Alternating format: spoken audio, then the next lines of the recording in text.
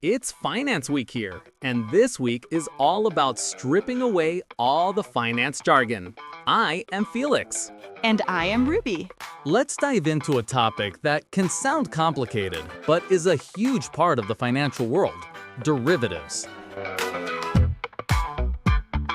Right. So, what exactly is a derivative? Can we break it down in simple terms? Absolutely.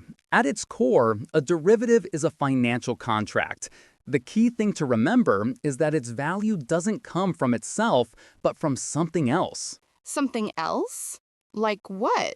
That's what's called the underlying asset.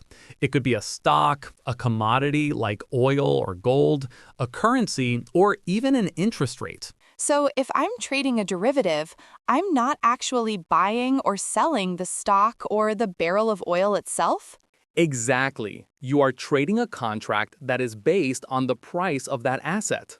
That sounds a bit abstract. Is there an analogy that can help clarify it? There's a great one.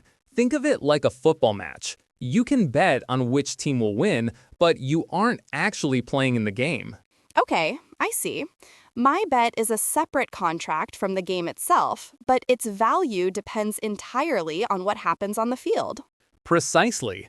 A derivative works the same way.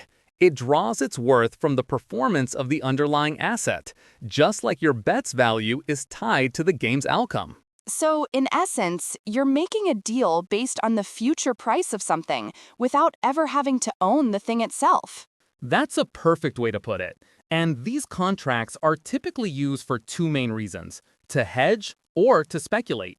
Hedging and speculating. What's the difference between them? Hedging is about managing and reducing risk. Think of it as a form of financial insurance. Speculating is the opposite. It's about taking on risk by betting on which way an asset's price will move. Okay, so one is for protection and the other is for profit. Can you give me an example of hedging? Of course, a great example is a farmer. Imagine a farmer who is worried that the price of their crop might drop before it's ready for harvest. That makes sense. A sudden price drop could be devastating for their business. Exactly. To protect against that, the farmer can use a derivative to lock in a selling price for the crop ahead of time. This way, they're shielded from potential price drops. So they're using the derivative to reduce their risk.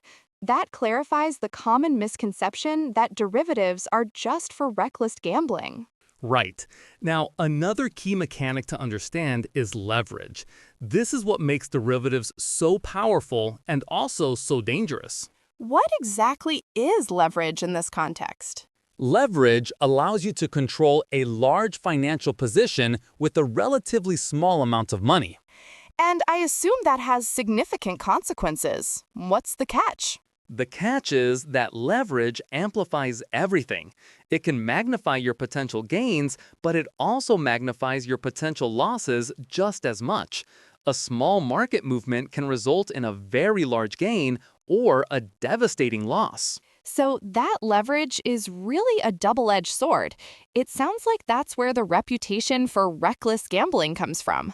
It is, and that's the most common misconception. While they can certainly be used for speculation, which is a form of calculated gambling, their original and primary purpose is actually managing risk, like in our farmer example. So it's not the tool itself, but how it's used. The same derivative contract could be used by one person to protect their business, and by another to make a high-risk bet. Precisely. The instrument can either lower risk or magnify it. It all depends on the user's intention and strategy. That really puts their role in the economy into perspective. Why is it so important for us to understand them? Because derivatives are a vast and essential part of global finance. They're used by companies all over the world to manage everyday business risks. But when they're misused, especially with that leverage we talked about, the consequences can be huge. Exactly. When used irresponsibly or without proper understanding, they have played a significant role in major financial crises. That's why they matter so much. They are a powerful tool that can either stabilize or destabilize the financial system. That brings us to the end of the episode. If you think we helped you de-jargonize the term, make sure to subscribe and follow us wherever you get your podcasts. See you on the next episode.